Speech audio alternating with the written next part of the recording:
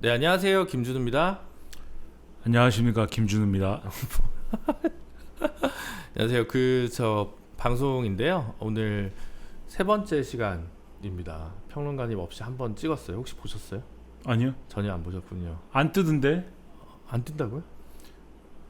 뭐 있겠죠. 근데 제가 알고리즘에 뜨지 않는다. 근데 어. 뭐라고 검색해야 되는 거예요, 이걸? 원래 김준우의 공작소?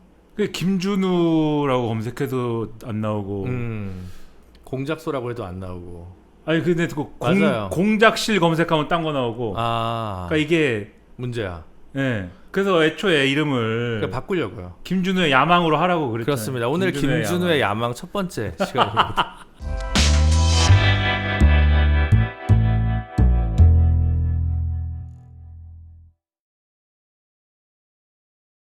지난 시간에 한번 개국 특집으로 여러 축전을 받는 방송을 한번 찍었습니다. 추석 특집으로. 그때 김민하 평론가님 시간이 도저히 안 돼가지고 그냥 개국 특집, 홍보 특집, 추석 특집으로 방송을 하나 찍었고요. 그 사이에 업로드가 그러니까 메인 방송 기준으로 2개가 된 건데 댓글이 한 100개 좀 넘게 달렸습니다. 그래서 제일 많이 인상 깊었던 게 김민하 평론가 말 끊지 않는 사회자여서 좋다. 그게 이제 제일 많았고, 이제 김민하 평론가 문화 평론하는 거 듣고 싶다. 뭐 이런 얘기들이 좀 있더라고요. 그래서 앞으로 방송 컨셉을 잡아갈 때 좀 참조점이 돼야겠다라는 생각을 많이 좀 하게 됐습니다. 근데 실제로 주변에서 이 방송 찍는 거 모르시죠? 주변이 누구예요? 주변이라는 게 없어요, 저는. 없어요? 네. 아니 뭐 방송가라든가 뭐. 방송가요? 네. 방송가에서 쫓겨났는데 무슨 방송가가 있습니까 지금? 지금 유튜브에만 더 활약하고 계시지. 근데 어제 전화가 왔어요. 출연시켜달라고. 누가요? 김완이라고. 나를 출연시켜달라는 전화가 왔어요? 네, 한결의 김완이 본인이 여기 출연하고 싶다. 한번 불러달라. 근데 그게 주된 용건이 아니었을 것 같다는 생각이 드는데. 맞아요, 정확하십니다. 사실 네. 다른 법적 쟁점을 물어보려고 그렇죠. 했다가 그걸로 시작을 해서 딴 얘기했을 것 같은. 그치. 지나가는 말로. 원래 한결의 김완 기자랑은 또 같은 공장에서 동고동락했던 사이시죠? 뭐 같이 있었죠. 네. 네. 그 미디어스 네. 같이 몇 년 가셨어요? 같이 있었던 거는? 뭐 그렇게 올해는 아니고. 그렇게 오래는 아니고. 방송 쭉 같이 하자. 그죠? 시작이 하니까 뭐 그래서 이제 같이 일하는 사람들이 아동은 거의 2.9년 먹고 받고 그리고 그때는 인터넷에 뭐 본인이 있는 사람들이 막 글을 써서 네, 그러면서 그런 사람들 조만간 김한 기자 한번 모시고 무슨 얘기 할 수 있을지 모르겠지만 우리가 마이크는 한 대 더 있어요. 그래서 한번 방송을 한번 하도록 하고 이제 뭐 세상 사는 얘기 좀 해보죠. 최근에 뭐 추석 연휴 때 그렇고 이번 주에 또 그렇고 되게 정치 시사계에서 되게 유명하신 두 분이 작고하는 부고 소식이 있었습니다. 한 분은 남재희 전 노동부 장관, 그리고 한 분은 뭐 영원한 재하라고 했던 장기표 선생이라고 해야 되나? 장기표 대표? 이 두 분이 이제 돌아가셨어요. 그래서 요거 얘기로 오늘 좀 시작을 한번 해보면 어떨까라는 생각을 하거든요. 남재희 장관은 개인적으로 보신 적이 있으신가요? 딱 한 번. 딱 한 번. 네. 저도 딱 한 번. 워낙 젊은 사람들이랑 어울리기도 되게 좋아하시는 분인데 이분이 사실은 지금은 약간 뭐 언급하면 안 되는 이름이 되긴 했습니다만 고모 시인의 이제 만인보라는 데를 보면 몸은 보수에 있고 정신은 진보에 있단가 뭐 하여튼 뭐 그런 문장이 있잖아요. 그 남재희 장관을 설명하는. 사실은 군부 정권에서 장관을 하고 그 다음에 뭐 이제 여러 가지 일들이 있었는데 사실은 또 진보 정당에 각별한 애정을 갖고 있는 한국 사회 되게 독특한 존재셨어요. 워낙 이제 옛날 분이잖아요. 그렇죠. 34년생 정도 되실 거예요. 그래서 제 세대에서는 그렇게 이미 아주 이제 고령의 이제 사회 원로셨고, 군사 정권 시절에 뭘 했는지 국회의원 하시고 뭐 이런 얘기는 사실은 잘 몰라요. 저희도 잘 모르죠, 사실은. 그거 뭐 신문 기사나 책으로 아는 거고. 그랬다는 걸 알고 그 시절에 뭐 술잔을 던졌네 뭐 이런 얘기 알고.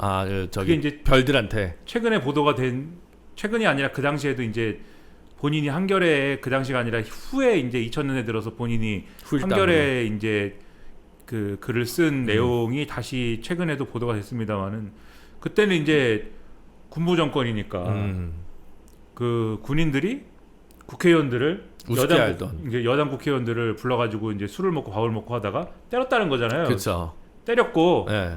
그 때리는 거에 대해서 이제 항의를 하다가 또 맞고 뭐 이랬다는 거 아닙니까? 근데 그렇죠. 그게 예. 나중에 윤색되기를 유발적인 충돌이고 그 충돌이 누가 술잔을 집어던진 게 이제 뭐 파편이 맞아갖고 그렇게 된 거다 이렇게 윤색이 돼서 근데 그 술잔 던진 사람이 이제 그 당시에 여당의 의원이었던 이제 남재 의원이다 이렇게 돼서 그렇죠. 그게 그렇게 알려져 왔는데 그게 사실이 아니고 던지긴 던졌는데 그냥 이게 뒤로 던진 것이고 파편이 튄 것도 아니었고 그땐 군인이 어쨌든 국회의원을 때린 것이다 뭐 이런 얘기를 사실을 바로잡는 글을 써가지고 하여튼 그 엄혹한 시기에도 뭐 나름대로는 자기의 소신을 갖고 얘기를 하려고 했고 뭐 그런 내용인데 제가 뵌 거는 그때는 옛날에 보수 정당의 몸을 담았던 거고 보수 정권의 역할을 한 거잖아요. 고무독재 시절에.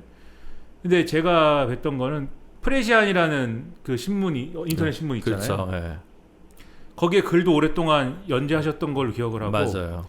그 인터넷 신문을 주도했던 지금 세대 말고 전 세대가 있어요. 윗세대. 네, 예. 그 전 세대의 사람들이랑 가까웠습니다. 교분이 있으셨죠. 네, 예. 근데 그런 식으로 그런 소위 말하는 지금으로 따지면은 이 야권 성향이라고 할 만한 그러한 언론인들이랄지 제야 인사들하고 원래 교류가 있었어요, 이분이. 그렇죠, 맞아요. 그래서 그분들하고 이제 계속 이제 교류를 하실 때 괜히 이제 젊은 사람들도 뭐 끼어서 뭐 얘기도 하고 이런 거를 좋아하셨죠. 즐겨해서 예. 그때 무슨 뭐 책에 대한 서평을 쓰고 그랬는데 제가 그 책은 이제 뭐 술 먹는 얘기입니다. 문주 40년? 그 책이었는지 뭐 책이 한 2권 있죠. 술 먹은 얘기. 예. 남재희 전 장관이 술 먹은 얘기예요. 술 먹은 얘기죠. 예. 재밌습니다. 예. 하여튼 긴 세월 술 먹은 얘기인데 그거에 대한 서평을 썼나 그랬는데 자기 책에 대한 서평을 썼다고 그 사람하고 밥이나 먹자 이런 건 안 하거든요. 잘. 그렇죠. 근데 그걸 그 얘기를 하셨다고 밥을 먹자고 그러더라고요. 그래서 지금은 아마 지금도 있나? 저기 이제 종로 어디 가면 순두부 집이 있어요. 순두부 가게. 근데 비싸요 그게. 아, 내 생각에는 감 머시기라는 데가 있습니다. 감자로 시작하는. 저는 모릅니다. 예. 거기 가서 그걸 먹었는데 그때도 연세가 아주 이제 상당히 되셨는데 와 엄청난 대식가죠. 대식가요.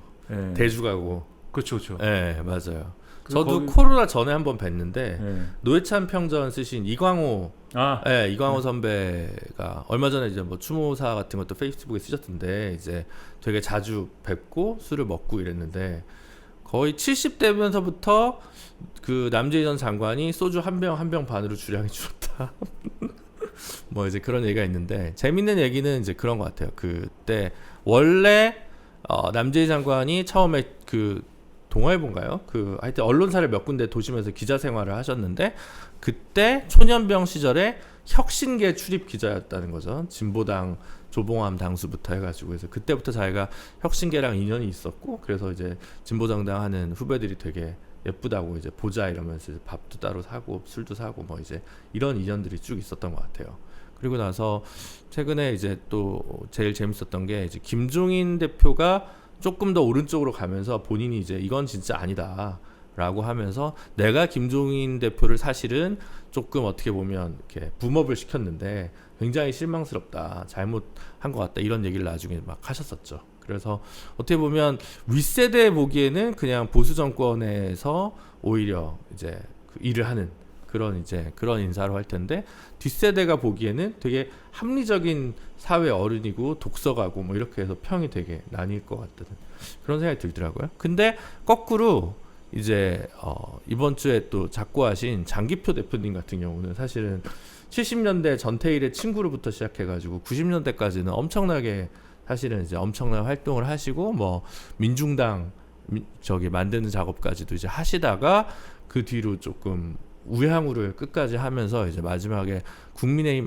마지막에 가락 민주당이었나? 하여튼 뭐 그런 소수 정당 생활로 이제 생을 마무리하셨는데 되게 이게 대비가 되더라고요. 물론 연배는 장기표 대표님이 한 45년생쯤 되니까 한 띠 하나 정도 아랫세대이긴 합니다. 남재희 장관에 비해서. 근데 어쨌든 또 원래 사실 전태일 열사 돌아가실 때 처음 찾아가서 전태일 열사 장례를 서울대장인가요? 그 학생장으로 치르고 이소선 여사랑 쭉 그때부터 교분을 갖고 7, 80년대 그 재야운동에서 어떤 태산북두의 한 명으로서 이제 활약을 하다가 오히려 2000년대 이제 뭐 민국당 만드는데 같이 하지 않나. 뭐 중간에 민주당에도 좀 민주당 계열 정당에도 입당을 하고 나중에는 이제 지난 총선 때는 국민의힘 쪽에서 아마 경남 쪽에 출마를 김해인가 했다가 이제 했는데 이분은 또 이제 평가가 완전 반대인 것 같아요. 그러니까 뒷세대 저희 세대나 이런 세대한테는 좀 약간 옛날에 어땠을지 몰라도 약간 조금 시대 정신을 못 읽는 분이 된 거 아닌가라고 하는데 또 이제 70년대나 뭐 60년대 학번이나 이런 세대 분들은 어쨌든 거인이었다 이러면서 이제 또 추모사가 딱 되는 게 되게 참 묘하다는 생각했어요. 비슷한 시기에 한 일주일 정도의 간격으로 이제 두 분의 이제 부음 소식을 듣는데 그게 저는 여러 가지 생각이 들었어요. 삶을 어떻게 살아야 되나부터 해가지고. 그 장기표 선생 같은 경우에는 좀 글로 처음에 이제 이렇게 봤는데 그때가 이제 제가 막 나우누리 이런 거 할 때 나우누리에 막 하여튼 PC통신에도 글을 막 그 나름대로 이제 자기 글을 막 쓰고 이랬던 걸로 기억을 하는데 근데 그때 이제 뭐 전 별로 이렇게 잘 세상사에 대해 모를 때니까 그때가 이제 막 20살이거나 그랬을 거예요 아마. 그때 저는 이제 운동권들하고 처음 이제 알게 되는 시점인데 이미 그때 운동권들은 장기표 선생 이상해졌다 그 얘기를 하더라고요. 그쵸, 이상해졌고 맞아요. 뭐 가는 길이 달라졌고 이미 그 얘기 할 때고. 근데 그래서 사실 보탤 말이 많지 않은 건데 돌아가셨는데 그 인생 여정에 대해서 이제 뭘 더 말씀하겠습니까? 그런 부분에 대해서는. 근데 이제 특이한 거 오늘 이제 조선일보 보면은 또 조선일보는 또 추모를 거리의 혁명가라고 또 마지막까지 거리의 혁명가였다 이렇게 특권 폐지해야 된다 뭐 네, 이런 이렇게 거니까. 나오는 거예요. 그러니까 저는 어떤 분의 이제 삶을 이제 진영을 갈라서 그래도 남재희 선생의 경우에 또 한겨레나 이쪽에서 또 잘 이제 저기를 써준 거잖아요. 오비추어리를 쓴 거잖아요. 네. 그러니까 어떤 분의 이제 생애를 가지고 이제 진영을 갈라가지고 이제 왈가왈부하고 이런 게 좀 그렇기는 한데 그런 세태가 보여주는 또 일면이 있는 거지 않습니까? 그러니까요. 그런 면에 있어서는 좀 안타깝다는 생각도 하고 그게 또 그런 측면이 있어요. 그 진영 논리도 논리인데 장기표 선생 같은 길을 이렇게 걸어가거나 걸어가고 있는 분들은 진보 입장에서 보면 사실 많이 있습니다. 지금도 있고 있죠. 그분들 비난하고자 하는 게 아니라 그렇죠. 예. 그렇게 되는 분들이 사실 많이 있어서 그냥 혼자 생각하기로는 나이를 먹으면 조금 그렇게 되는 것도 있나 봐 이렇게 생각하기도 하고 대체적으로 통속적으로는 그런 얘기도 많이 하잖아요. 나이를 먹으면 어쨌든 보수화 된다라고 얘기를 하고 네. 나이를 먹어까지 막시스트면은 그 사람은 뭐 바보다 이런 얘기도 하고 20대 때 공산주의자가 아니면 이상한 사람이고 그렇죠. 뭐 60대 돼서 공산주의자면 이상한 사람이고 뭐 그렇죠. 이런 그런 얘기를 많이 하잖아요. 네. 그런가? 이제 이런 생각도 하는데 그런 이제 이 세간의 통설에 비춰보면은 남재희 선생은 진짜 이상한 사람이다. 네. 오히려 거꾸로 간 거니까. 그 뒤로 갈수록 왜 네. 왼쪽으로 오셨을까? 근데 또 이제 그 신문 기사 달리는 댓글 이런 거 보면 비난들을 또 하거든요. 그쵸. 옛날에 군부 정권에 뭐 이렇게 뭘 했는데 해서 네. 협력해가지고 뭐 꿀 빨던 사람이다 막 이렇게 전 속으로 뭐 별로 알지도 못하면서 그런 평을 뭐 하고 말 인물은 아니지 않느냐. 제가 이제 저도 이제 뭐 살다 보면은 주변 분들이 돌아가시고 하잖아요. 저도 이제 뭐 집에 이제 돌아가신 분 이제 할머니 할아버지 돌아가시기도 하고 뭐 이러면 얘기를 이제 이분이 장례식 같은 데 가면은 어떻게 살아오셨고 이런 얘기를 쭉 하잖아요. 근데 평소에 생각하던 그 분의 일면하고 돌아가시고 나서 이렇게 쭉 살아오신 바를 쭉 듣는 거하고는 좀 다르지 않습니까? 완전 다르죠. 그리고 그분의 일생을 이렇게 쭉 한번 정리를 해보면 그 자체가 완전히 또 드라마거든요. 누구든지 그쵸. 누구든지 그래요. 누구든지 엄청난 서사시죠. 네.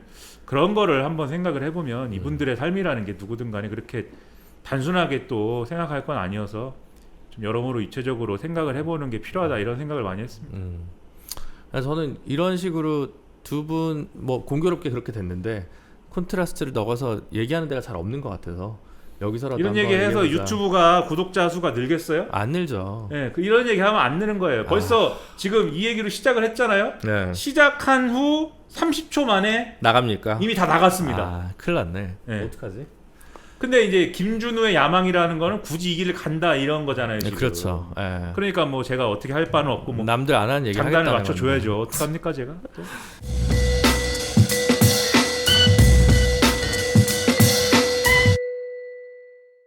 조선일보 아까 얘기하셨으니까 말인데 그 저도 예전에 그러다가 잃어버린 습관 중에 하나가 조선일보 칼럼 읽기예요.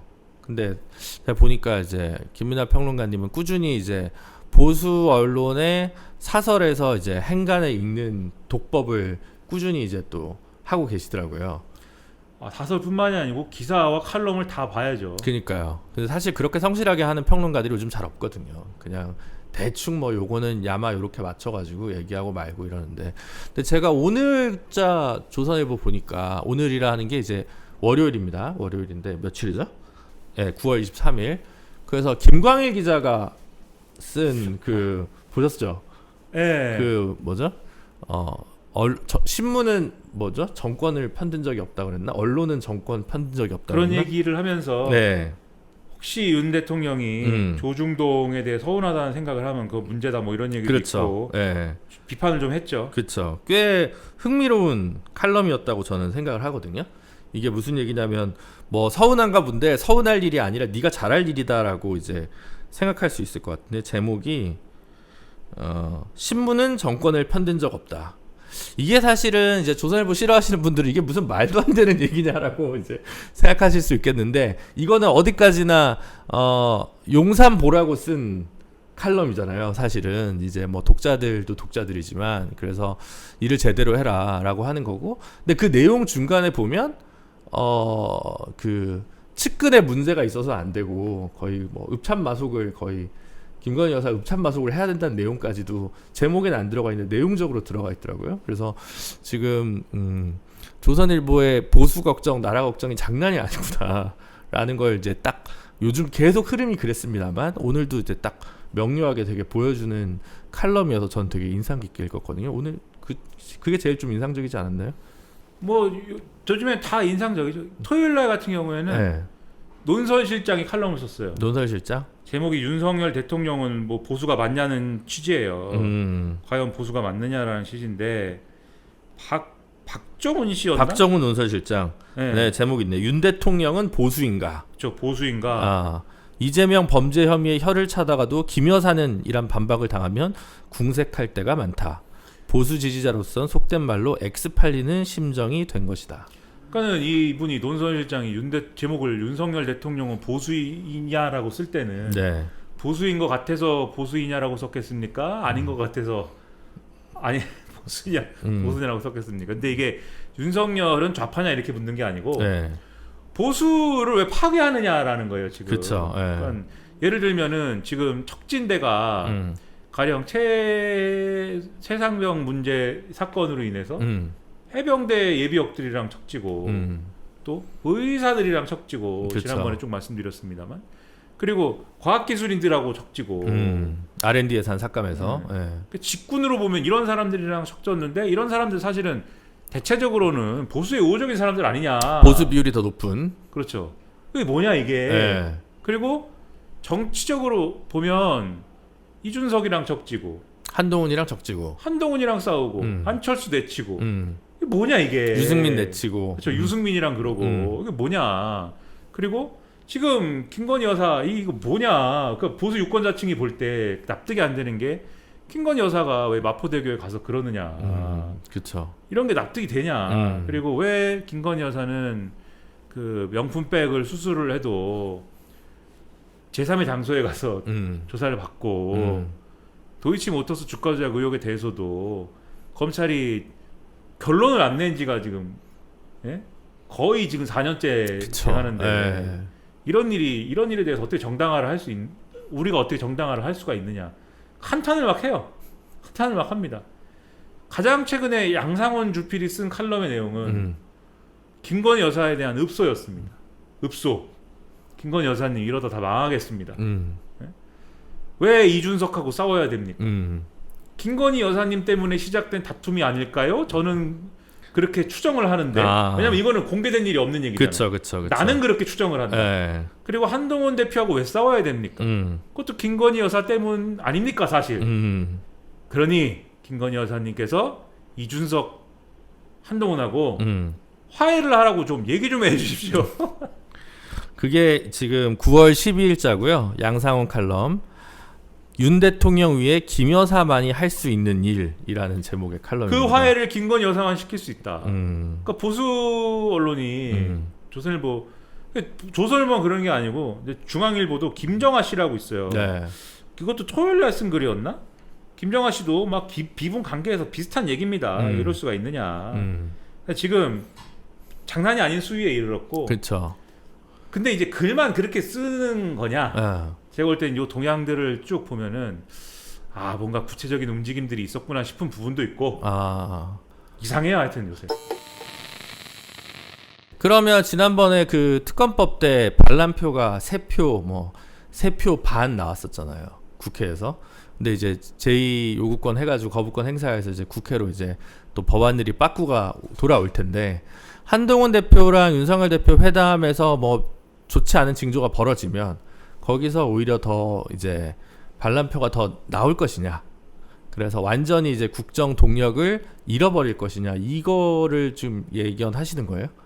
모르죠 그건. 그건 모른다. 왜 모르냐? 네. 도대체 그러니까 예상대로 되는 게 없어요. 그쵸. 예상 항상 뛰어넘은. 그렇죠. 왜냐하면 또 어제 제가 본 게 TV조선이 그 보도를 했어요. 그러니까 지금 한동훈 대표하고 윤석열 대통령하고 독대를 하느냐 마느냐 갖고 또 오늘은 신경전을 벌이잖아요. 네. 아니 뭐 하든가 말든가 솔직히 뭐야 그게 그냥 하든지 말든지 알아서들 하면 될 거 아닙니까? 하고 싶으면 하고 말고 싶으면 말고 그게 뭐 그렇게 중요합니까? 근데 이제 평론가 입장에서는 방송에 나가서는 독대를 하면은 거기서 이제 한동훈 대표가 의료 대란을 해결할 수 있는 어떠한 자기만의 제안을 할 것이고 그러면 윤석열 대통령이 그걸 수용하느냐 마느냐가 또 전국을 가르는 어떤 핵심적인 변수가 될 것이고 이런 설명을 하지만 속마음은 하든가 말든가 되나 그게? 하든가 이런 생각인데 근데 아무튼 기류는 지금 용산 기류는 하기 싫다. 네, 하기 싫은데 하기 싫다고 대놓고는 얘기 못하고 아니 독대를 하고 싶으면 물밑으로 정중하게 한동훈 대표가 이렇게 잘 조율을 하는 투로 얘기를 하면 되지. 또 언론 플레이 이렇게 냅다 해갖고 말이야. 맞아. 이게 이제 채널A 보도로 알려진 거거든요. 네.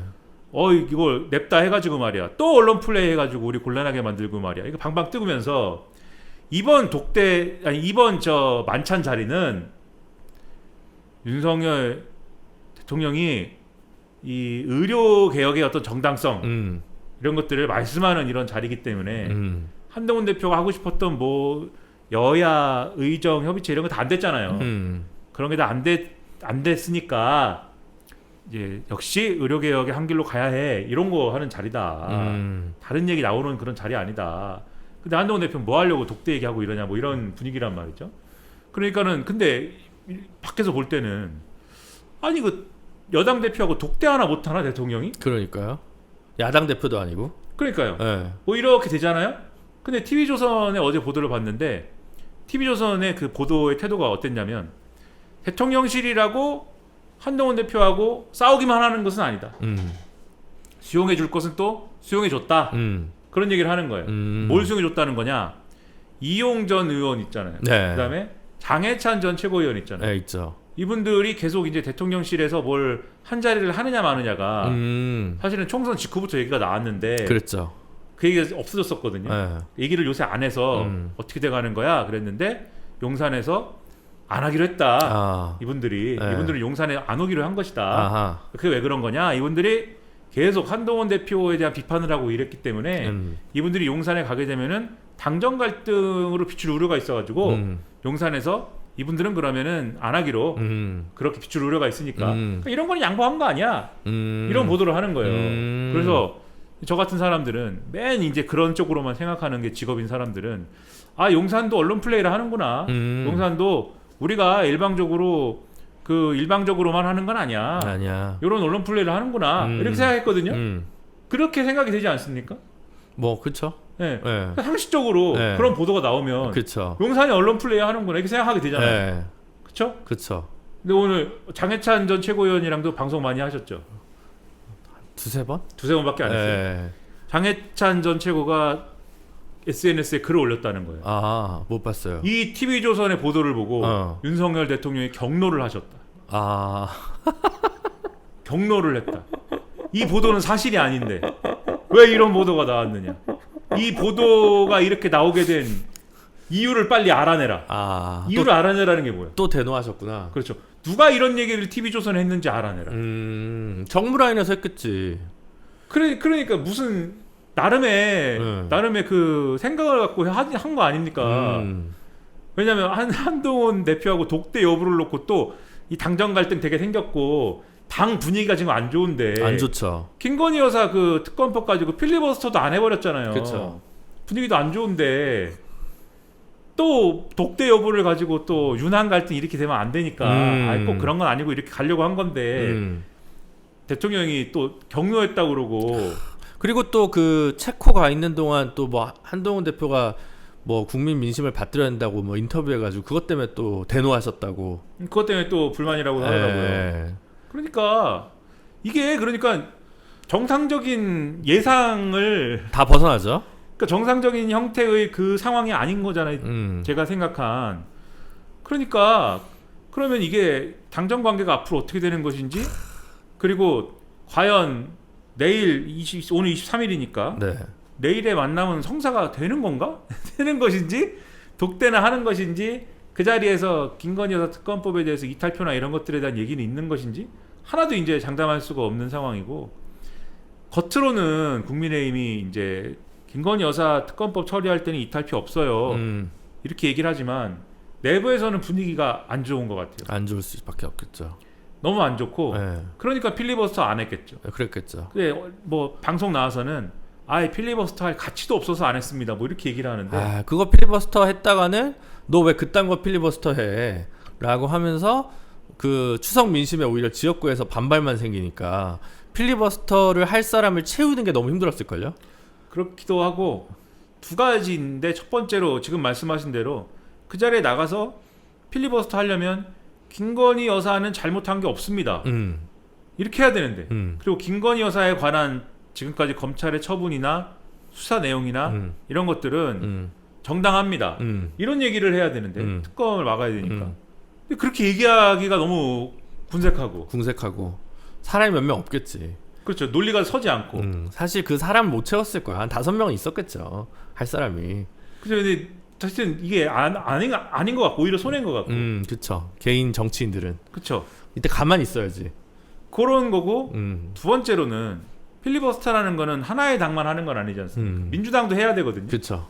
근데 새롭게 제기된 의혹들도 있고 뭐 지금 김건희 여사 관련된 의혹은 지금 도이치모터스 주가 조작이랑 명품백만 있는 게 아니잖아요. 지금. 아니죠. 지금 관저공사 의혹 이런 게 추가로 지금 감사에 의해서 지적된 사항이죠. 그렇죠. 새로 나온 게 있고 네. 그다음에 요즘에 또 공천 개입 의혹 이런 게 또 핫하잖아요. 김영선 의원 관련해서 네. 그런 얘기를 또 막 이제 민주당이 이 기회를 활용해서 뭐 또 토론한다고 나와가지고 막 또 얘기를 하기 시작하면 그걸 통해서 또 일부 보도가 되고 할 텐데 그거는 민주당의 판을 깔아주는 것밖에 안 되는 거 아닌가? 네.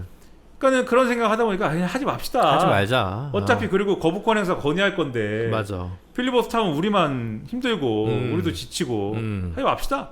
그래서 안 한 거잖아요. 네, 안 했죠. 그러니까 자기들도 김건희 여사 이슈는 불리한 걸 알잖아요. 그렇죠. 김건희 여사는 불리한 이슈고 그 불리한 이슈가 계속 이런 식으로 가는데 이런 식으로 가는 것에 대해서 해법이나 어떤 출구 전략이나 돌파할 수 있는 어떤 구멍을 안 만들어주잖아요, 용산이. 그러니까 불만은 계속 커질 수밖에 없고 그런 얘기들을 이래저래 하는 거죠, 국민의힘 사람들. 그러니까 언론 아까 했던 보수 언론 칼럼 보면 이제 노무현 대통령 때랑 다르다. 아내를 버리란 말이다 이런 얘기를 이제 대놓고 쓰던데 지금 이제 사실 해법이 그거밖에 없는 거잖아요. 사실은 완전 이혼을 하든가. 아니에요? 그건 좀 아닌가? 그러니까 이제 그런 얘기까지 하는 사람도 있어요.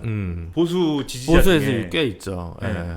그냥 이혼을 해라. 아. 뭐 이런 얘기를 하시는 분도 있는데 그걸 할 수 있는 분이 아닌 것 같고 윤석열 대통령이. 그렇죠.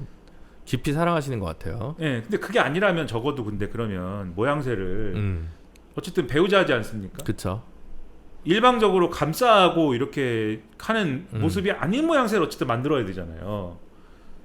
근데 그런 모양새를 만들어야지라고 생각하는 게 아니라 오히려 욕을 먹더라도 감싸야 돼 뭐 이런 그러니까요. 거랑 비슷해서 차라리 국민도 쏟고 나도 쏟았다 이렇게 얘기를 하시는 게 좋을 텐데. 그래서 여당 사람들의 고뇌만 깊어지는데 이탈을 하려면 또 자기들도 약간 둘 중에 하나는 있어야 돼요. 첫째로 아주 자유롭게 할 수 있는 여건이 되든지 자유롭게 움직여도 난 막 나가도 된다 이런 분위기가 되든지 둘째는 대통령하고 겨뤄볼 만한 어떤 조건을 만드는 거에 대해서 내가 책임질게 라고 하는 뒤에서 밀어주는 동력이 있든지 둘 중에 하나가 돼야 되는데 뒤에서 밀어주는 동력이 돼야 되는 게 사실은 한동훈 대표거든요. 네. 근데 한동훈 대표 미적지근하잖아요. 미적지근하죠. 보수 지지자들이 전당대회 때 생각한 한동훈 대표의 멋있음이라는 거는 딱 칼을 딱 빼가지고 멋있게 건법을 그렇지. 조선 제1검이라고 그쵸 자칭하니까. 건법을 써서 윤석열 대통령을 꼼짝 못하게 만들고 뭔가를 딱 하는 거예요. 그런 멋짐을 기대했는데 지금 한동훈 대표가 하는 거는 검을 딱 요만큼 뺀 다음에 탁 집어넣고 그치. 칼자루를 탁 뒤로 돌린 다음에 손가락으로 먼 곳을 이렇게 가리키면서 딱 멋있게 쳐다보면서 이렇게 표정을 멋있게 짓는 그게 이제 한동훈의 멋있음이니까 이거 뭐야 이렇게 된 거거든요. 지금 2달째 그러고 있는 거거든요. 2달 됐어 지금. 그게 소위 그 일보 전진을 위한 2보 후퇴라고 결국은 1보 후퇴하는 건데. 그렇죠. 근데 그게 하여튼 뭔 전진을 위한 건지도 전진도 안 돼요. 그러니까 지금 막 불끈불끈해요. 한동훈은 뭐냐. 그렇죠. 뭐 하고 있냐. 그렇죠. 그래서 남은 거는 그냥 우린 자유롭게 해도 돼. 우린 막 나가도 되는 거야. 이런 분위기가 형성이 돼야 되는데 일단 10월까지는 안 그럴 거다라고들 많이 얘기를 하는 것 같아요. 왜냐하면 선거법 시효가 10월 10일까지고. 저 기소가 이제 끝나니까. 그쵸.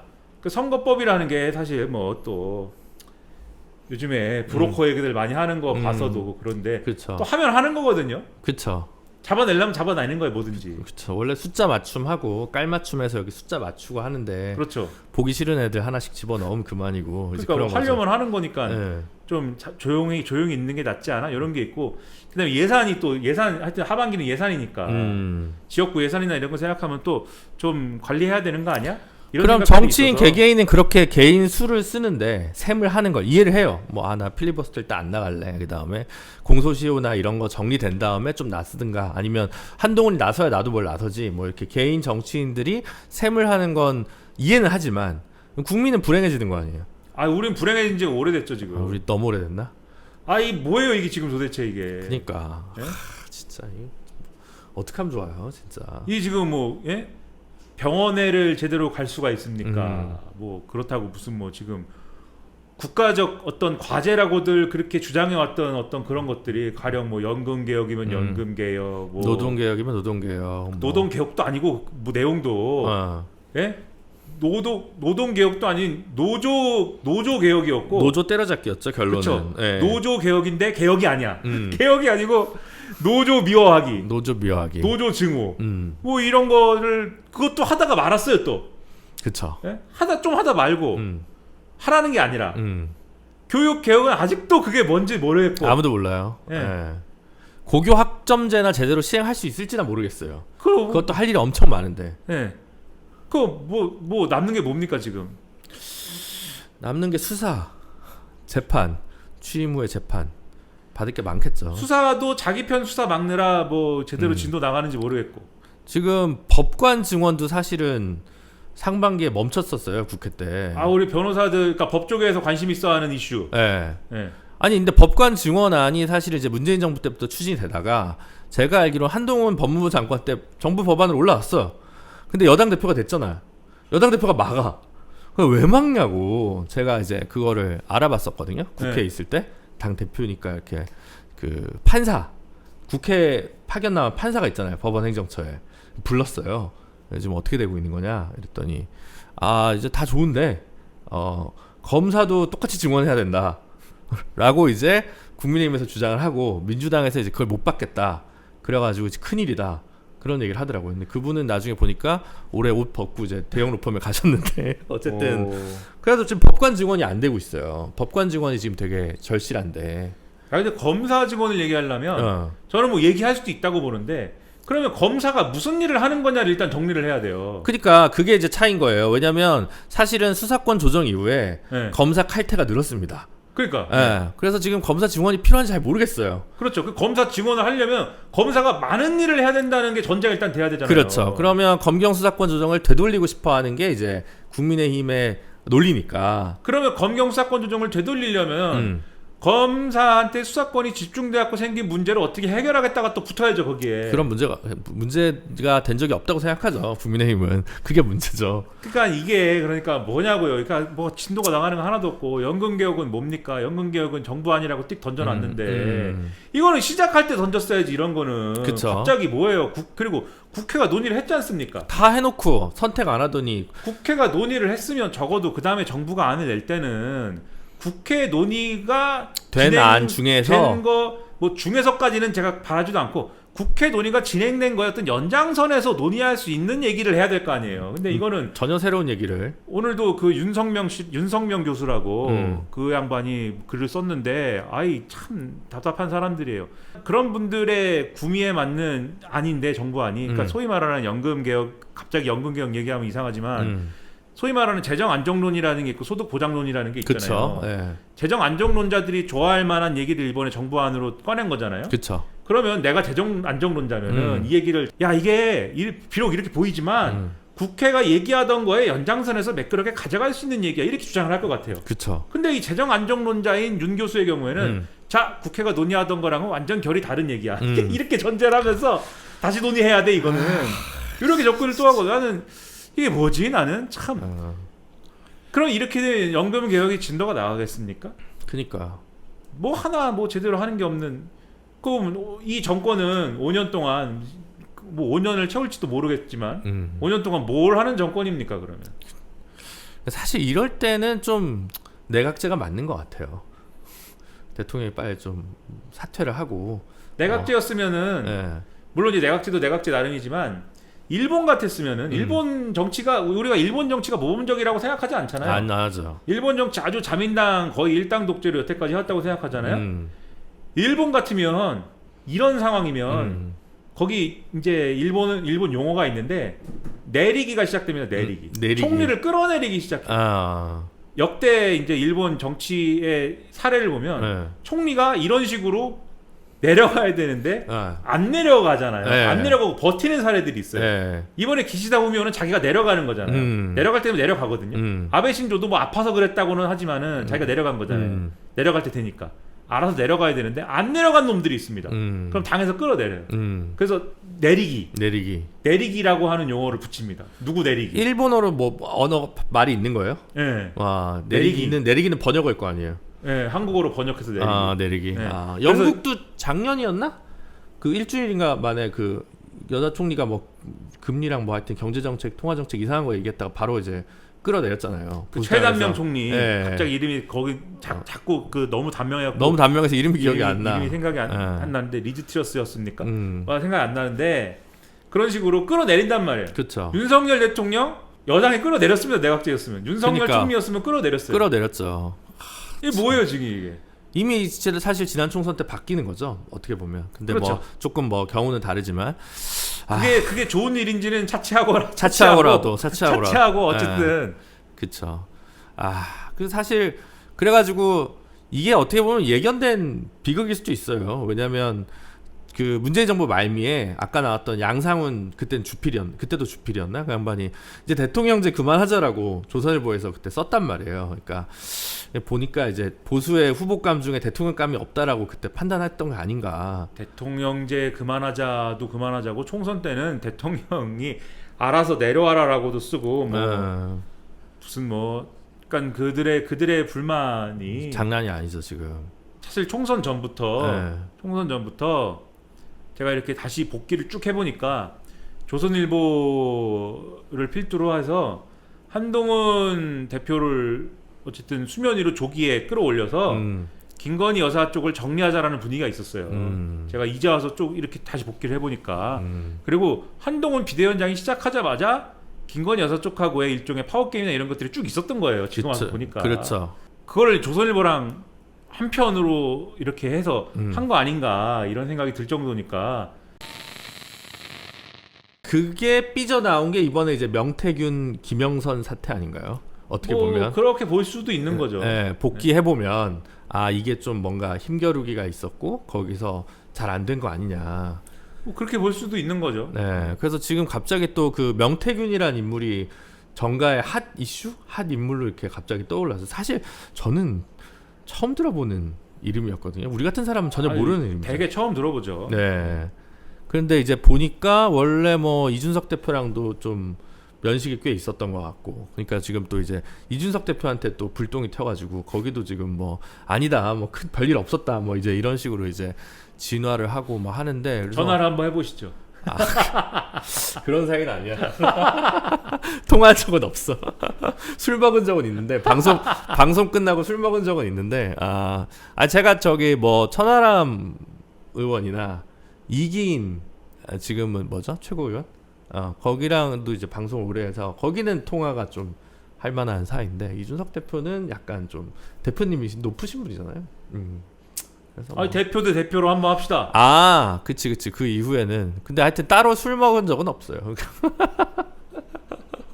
그래서 하여튼 거기도 굉장히 곤혹에 처해져 있는 것 같더라고요. 그래서 이게 도대체 또 어디까지 튈 건가? 이게 지금 뉴스토마토에서 계속 저도 이제 뉴스토마토에서 뭘 때린다라는 첩보까지 들었거든요. 뭔지는 모르고 야 뉴스토마토에서 목요일날 뭐 때릴 거야 뭐 이런 얘기는 제가 그 전주에 이제 들었는데 이거였구나 이러면서 이제 근데 보통 언론사에서 이걸 터트리면 최소 한 4개에서 5개 정도는 이렇게 좀 준비를 하고 이렇게 터트리지 단말마로 이제 하나로 하진 않잖아요. 이제 한 2번 정도 나온 건가 지금?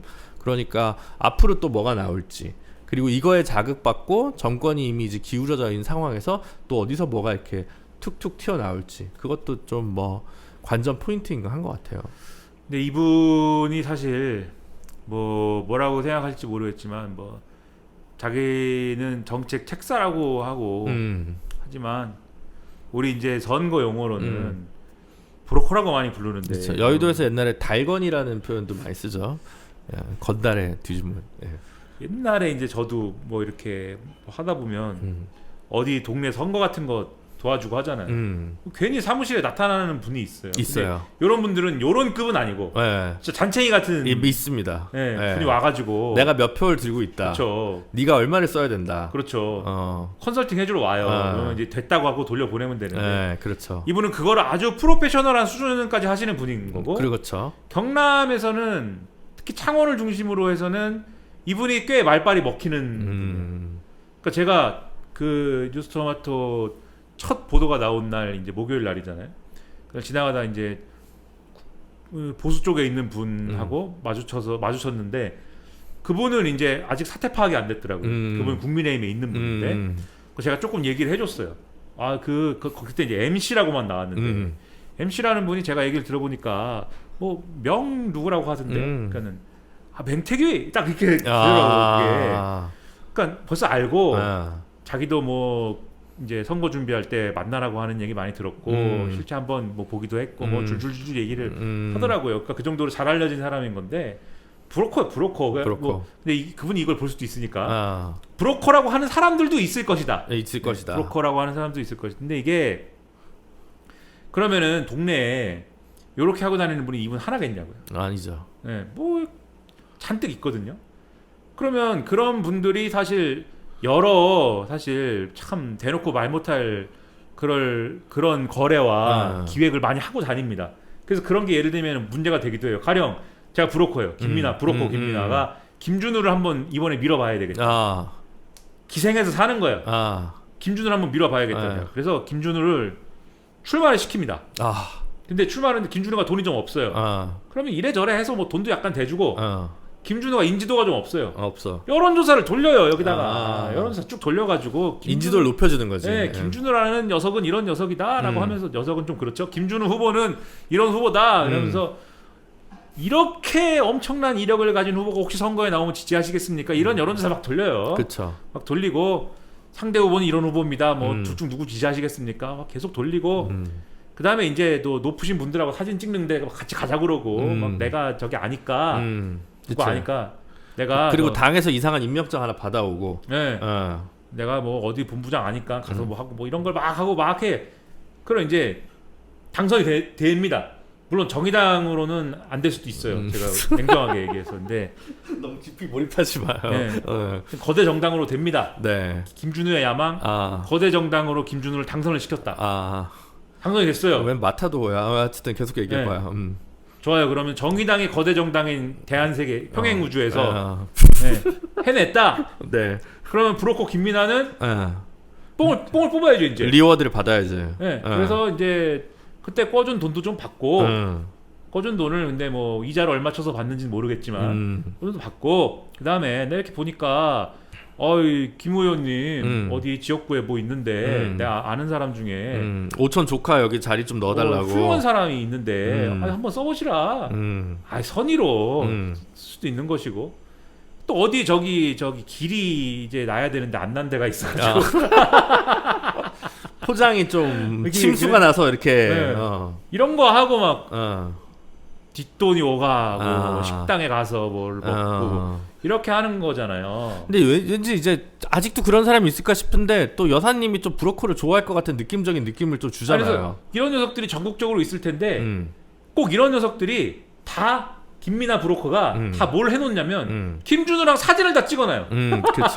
그쵸. 그 명태균 씨 이거 올리는 거 보면은 사진을 다 찍어놨습니다. 다 찍어놨죠. 김종인 전 비대위원장이랑 찍어. 그다음에 사진을 또 찍혀요 어디 가서. 그렇죠. 취임식 가서 사진을 찍혀.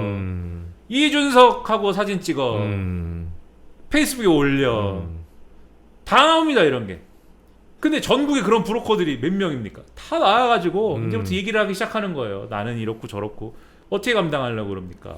근데 이제 여사님 얘기했잖아요. 여사님 같은 경우는 이분이 명태균 씨가 보도 나온 걸 보면은 여사님하고 무슨 소통 라인이 있는가 보죠. 추정하기로는 추정컨대 윤석열 대통령도 선거를 치렀지 않습니까? 그렇죠. 뭐가 아무것도 없었잖아요. 이건 당 조직이 있었습니까? 선거 조직이 있었습니까? 전문가가 있었습니까? 없었잖아요. 갑자기 치러야 되잖아요. 그럴 경우에는 그러니까 경선부터 치러야 되잖아요. 그럴 경우에는 소문난 브로커들부터 접촉을 하는 거예요. 필요하죠. 네.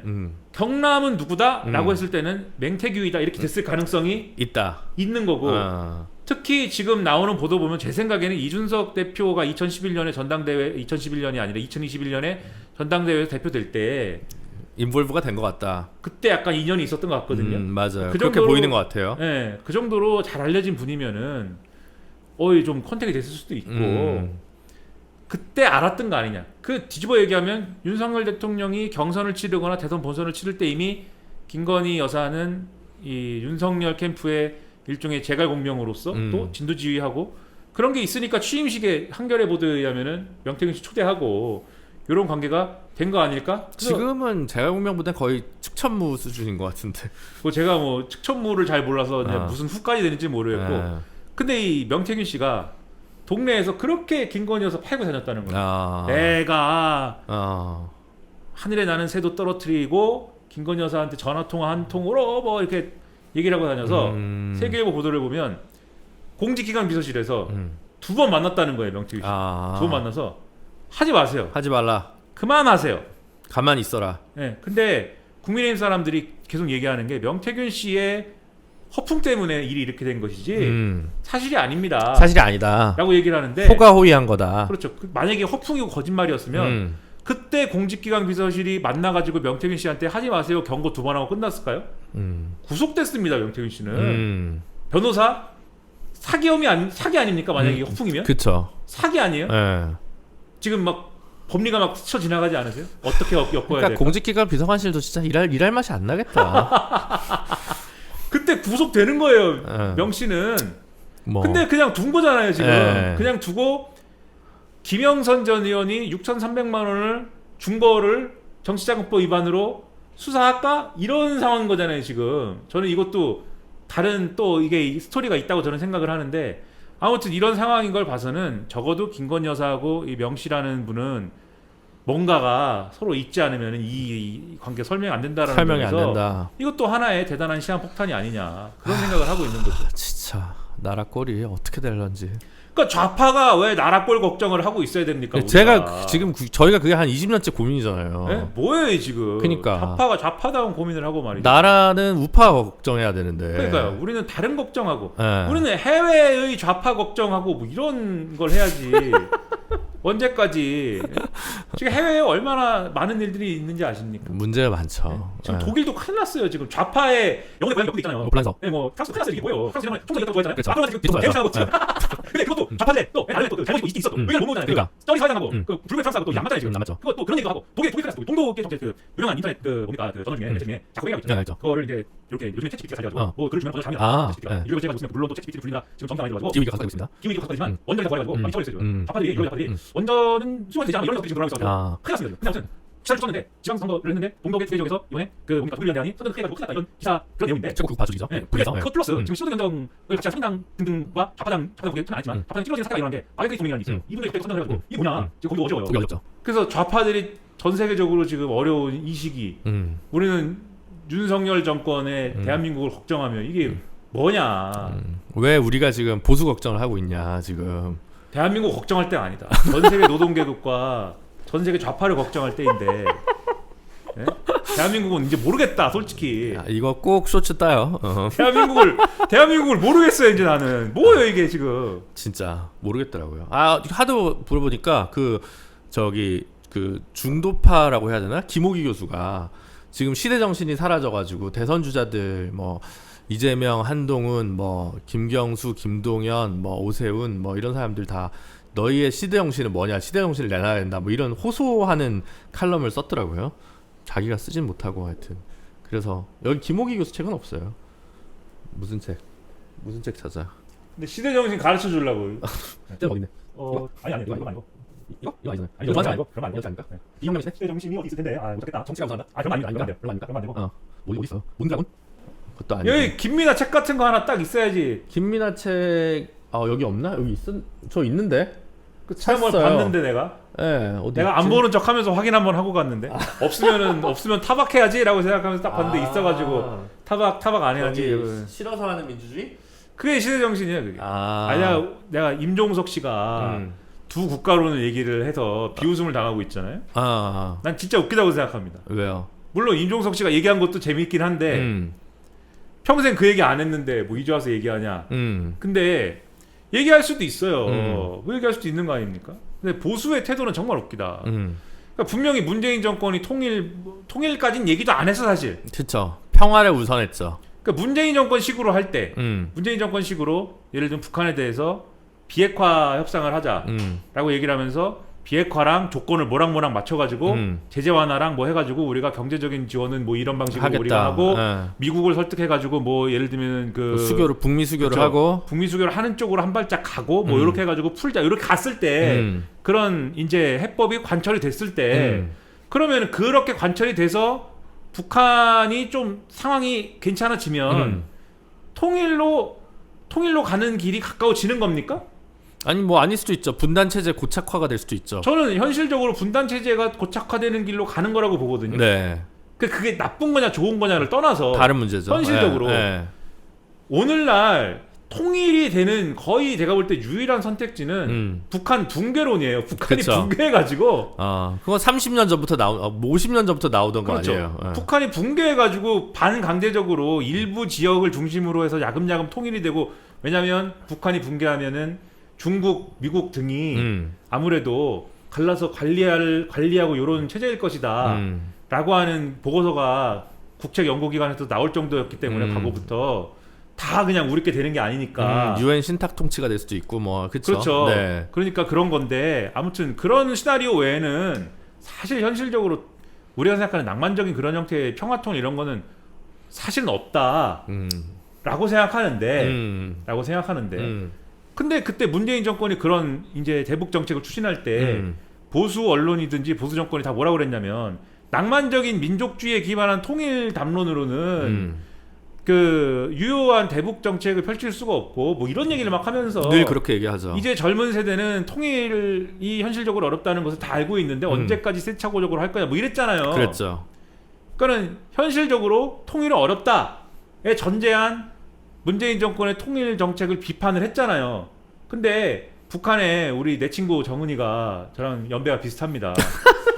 연배가 비슷한데 네. 저보다 어려요 김정은이. 네. 예. 내 친구 정은이가 갑자기 이제 남한 것들하고는 상종을 안 해. 통일은 우리 국시가 아니야. 네, 라고 통일이 이제 없어. 그런 똑같은 얘기를 하는 거야. 네. 그런 낭만적인 민족, 우리 민족끼리 이런 얘기 하지 마 이제. 다 없애버려. 그래가지고 이제 우리가 이제 괴뢰가 되지 않았습니까? 그쵸. 괴뢰가 됐는데 그렇게 되니까 갑자기 조선일보를 필두로 해가지고 야 이제 우리가 통일 얘기를 해야 돼. 우리만의 통일 담론을 만들어야 할 때야.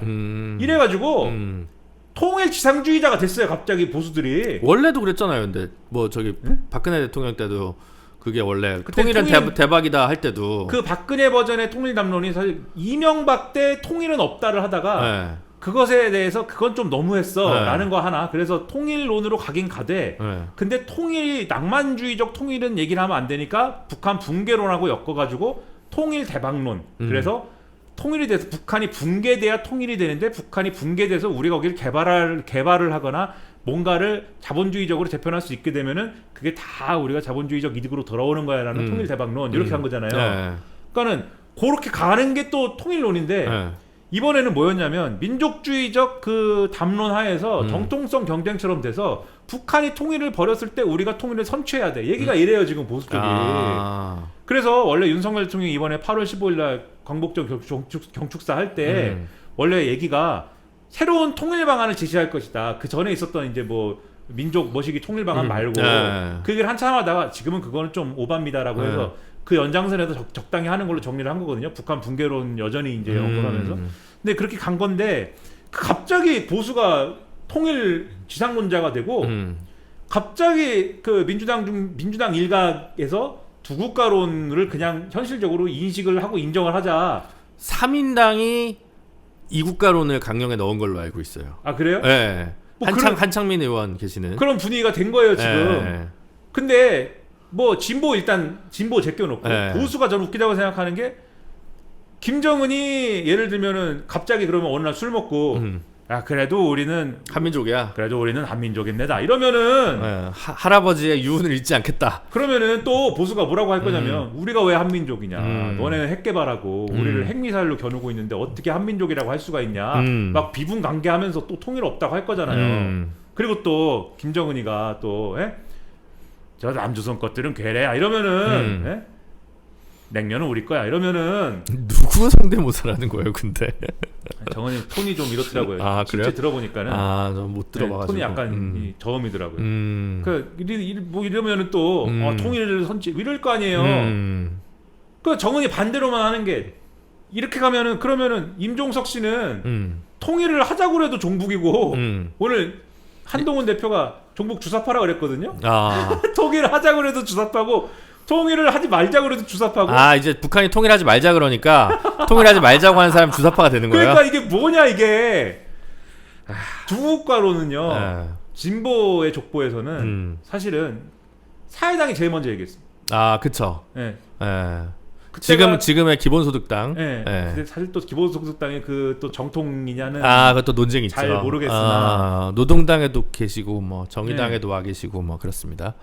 청년 진보당 시절이었는지는 제가 모르겠으나 그때도 그런 그 논의였는지 모르겠으나 금민 후보가 대선 후보 나갔을 때가 2007년 대선인가 그렇잖아요. 그때도 사실 두국가론 얘기했어요.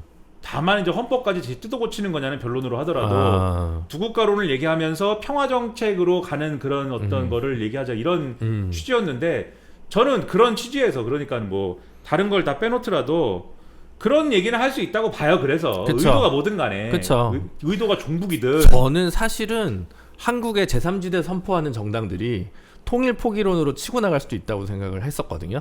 그러니까 진보는 그게 또 논의할 게 되게 많지만 그냥 족보 없이 제3지대 시작하는 사람은 우리는 통일 안 해.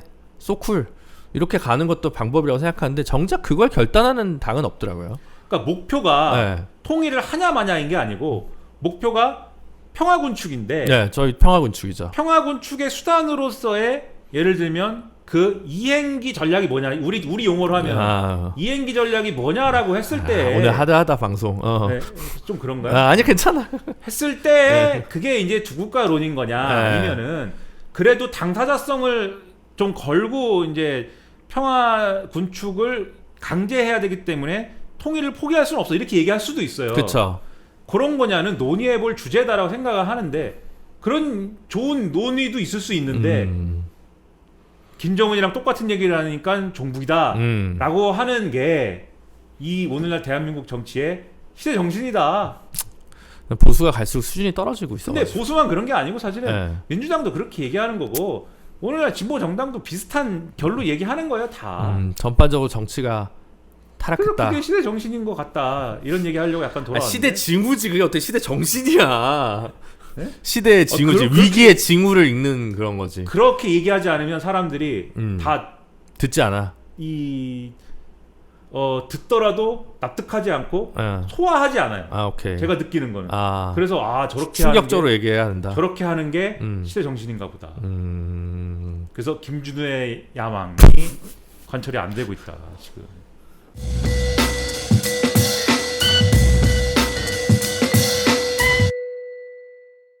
오늘 티셔츠의 썸은 무슨 썸 메시지예요? 탈라고 청취자들 구독자랑 썸 탈라고. 아니고 그냥 용산 아이파크 갔다가 지나가다 매대에서 하나 샀어요. 썸. 예, 썸 야망. 진짜 잘 갖다 붙인다 진짜. 여하튼 그래요. 오늘 민주당 얘기는 거의 못하고 뭐 보수에 대한 비판과 민주당이 뭐 하고 싶은 거 있어요? 아니 뭐 민주당 얘기를 하고 싶은 걸 하세요. 꼭 해야 되는 건 아니니까 다음에 하지 뭐. 아니 민주당 얘기들 뭐 못할 게 뭐가 있습니까? 지금 뭐 민주당은 뭐 딱히 뭐 있나요? 사법 리스크? 저 이재명 대표 저거 받은 거? 판결이 나와야 뭐라도 판결이 나와야 되는 뭐. 거지. 뭐 지금 크게 없잖아요. 검찰이 2년 구형했다. 뭐 그건 구형이니까. 구형이고 끝이고 그 다음에 또 구형이 또 남았다. 연내 하나 더 남았다. 위증교사 관련한 부분이었나요? 예, 그랬던 것 같아요. 그래서 선거법 위반하고 위증교사하고 따로. 예. 근데 이거는 민주당 사람들도 말하는 전망을 물어보면 예. 다 전망이 조금 다른 것 같더라고요. 그쵸. 그러니까 선거법 위반은 괜찮을 것 같고 위증교사는 좀 걱정하고 있다. 뭐 이런 얘기 하시는 분들도 있고 뭐 제각기 전망이 달랐고 근데 법을 잘 모르고 일단 제가 그 다음에 이게 이재명 대표가 어떻게 생각하고 마음을 먹었냐인 거잖아요 얘기가. 그쵸. 예. 그래서 이게 그걸 어떻게 다뤄야 되는 거지 잘 모르겠고 그 다음에 또 이 성격이 사실 검찰이 가고 싶은 데는 별도로 있는 거잖아요. 예. 김문기 전 처장 건은 대장동으로 가는 길인 거고 네. 왜 모른 척했냐 왜 허위사실 말했냐 이거 왜 모른 척했냐 김문기 전 처장 왜 모른 척했냐 대장동 문제 때문에 모른 척한 거 아니에요. 여기 가고 싶었던 거고 그 다음에 백현동 문제도 마찬가지로 백현동 문제 가고 싶었던 거고 이런 거니까 그런 건이 같이 묶여있다는 걸 보면은 이게 쉽게 그냥 어떤 단순하게 또 무자르듯이 얘기할 수 있는 그런 법리적인 문제는 아닐 것이다 이런 생각도 들어서 저는 아마 한 2년 전에 이게 처음 얘기 나왔을 때 선거법 관련해서는 그 유죄 가능성이 좀 더 높을 것 같은데 100만 원 넘기가 쉽지 않지 않겠냐. 유죄가 나오는데 예. 토해내야 되는 건 아닐 것이다. 예, 피선거권 박탈까지 가기는 좀 어렵지 않겠냐. 지금 민주당 최대의 걱정은 대선 자금을 토해내느냐 이거잖아요. 그게 걱정일까? 돈은 많이 있을걸요. 왜냐하면 총선 때 이번에 크게 승리했고 경상보조금이랑 해가지고 성과급도 꽤 당직자들도 꽤 받았다 그러던데요. 그래서 근데 대선 치른 선거 비용을 토해내면은 그 막 예를 들면 500억씩 될 텐데 그거 매년 받잖아요. 매년 몇십억씩 받으니까 갚기야 하겠죠. 사실 뭐 그게 뭐 걱정은 되겠지만 당의 존망을 흔들 그런 건 아닌 것 같고 오히려 이제 대선 주자 레이스나 이 모든 것들이 바뀌는 문제가 있을 거고 근데 그러면 또 어떻게든 2심 3심을 더 길게 가져가려는 전략으로 갈 수 있을 테니까 그 부분이 문제인데 대법원 판결이 나오지 않게. 근데 다만 이제 저는 이제 그게 약간 걸렸어요. 그 모른다고 얘기했던 것 중에 하나가 이제 그 국감에서 경기도 지사 신분으로 얘기를 한 거잖아요. 네. 그럼 이게 선거 목적이냐? 예를 들면 내가 선거운동을 하다가 방송 중에 물어봤는데 모른다라고 얘기했으면 이건 좀 그런데 변호사로서 생각해보면 그냥 나는 국감 때 그냥 이렇게 해가지고 허둥지둥 얘기하고 또 이제 그때 얘기한 거면 근데 다른 데서도 얘기했으니까 조금 다르긴 한데 그러니까 한 번만 얘기한 게 아니라 여러 군데서 얘기했으니까 좀 다르긴 하지만 핵심적으로 경기도 그 국감에서 저기 정기 국회 때 얘기한 거는 이거는 좀 뭐 그걸 왜 선거 물론 변호사가 어떻게 변론했는지 모르겠는데 그런 부분은 또 저는 저 같으면 좀 포인트로 잡지 않았을까 변호사로서 변호인이었다면 그런 생각을 좀 해본 적은 있어요. 이런 얘기도 한 2년 전에 방송에 한 것 같은데 제가 한 얘기 잘 안 들으니까 민주당의 슬픔은 그러니까 지금 몇 년째 이재명 대표 재판에서 무슨 혐의를 어떻게 그쵸. 다루면 어떻게 될 거다 이 얘기만 2년 넘게 하고 있는 게 이게 슬픈 일이겠죠. 그렇죠. 제일 야당 아닙니까?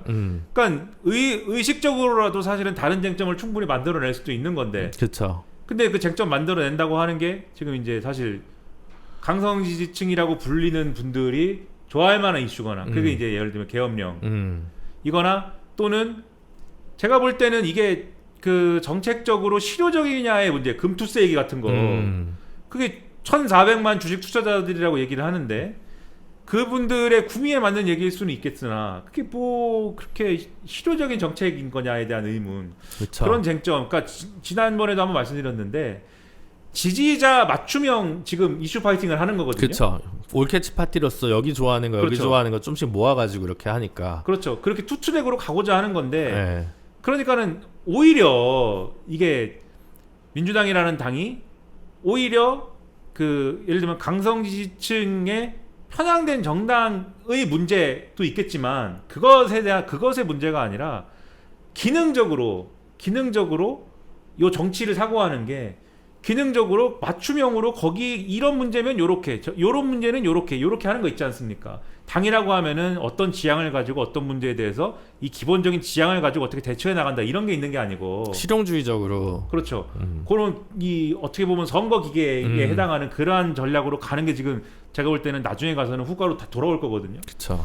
그런 거에 대한 얘기를 사실 할 필요가 있는데 별로 이제 먹히는 얘기는 아니고 또 그분들도 그런 얘기하는 거에 대해서 전혀 아파하지 않아요. 그런 얘기하면 자기들이 잘한다는 얘기라고 생각합니다. 뭐 오늘은 그럼 여기까지 하고 그래서 어쨌든 뭐 계속 거의 뭐 빠꾸 없는 방송으로 쭉 가니까 이거 따라오시는 분들은 힘들 수도 무슨 있을 것 빠꾸요? 같아요. 그러니까 우리 뭐 의식의 흐름대로 와 자동기술법 다다이즘 방송에 다다이즘 방송 지금 다다이즘이 뭐예요? 무의식 그거 아니야? 저기 이상 뭐 이렇게 저기 뭐냐? 그건 옛날에 저기 갑자기 중학교 때 미술 시간에나 배웠던 얘기여서 모르겠어요. 고등학교 때 문학 시간 때 배웠는데. 아 그래요? 예. 하여튼 뭐 그런 느낌인데 무의식의 흐름대로 기술한다. 그렇게 좀 하는 방송인데 뭐 찰떡같이 편집해 좋은 대학 주시겠지. 나왔어요? 저요? 네. 아 공부를 잘하셨나 봐요. 좋은 대학인지는 잘 모르겠습니다. 네. 하여튼 김준우의 야망으로 매주 한 번씩 앞으로도 계속 찾아뵙도록 하겠습니다. 그리고 과연 김준우 무슨 야망을 가져야 되는지에 대해서 꼭 알려주시기 바랍니다. 네. 그거는 큰 스승께서 알려주셔야죠. 아니죠. 우리 시청자분들이 시청자분들이 김준우는 이런 야망을 가져라 이렇게 제안을 막 하는 거죠. 네. 저는 지금 일단 구독자가 지금 2번 올렸더니 700몇 명이야. 빨리 일단 1000명. 네. 1000명이랑 4000시간 해야 구글 애드센스가 달린대요. 그게 지금 저의 야망입니다. 4000시간이요? 네, 4000시간. 그런 거 됐고 김준우 어떤 야망이어야 되느냐? 1.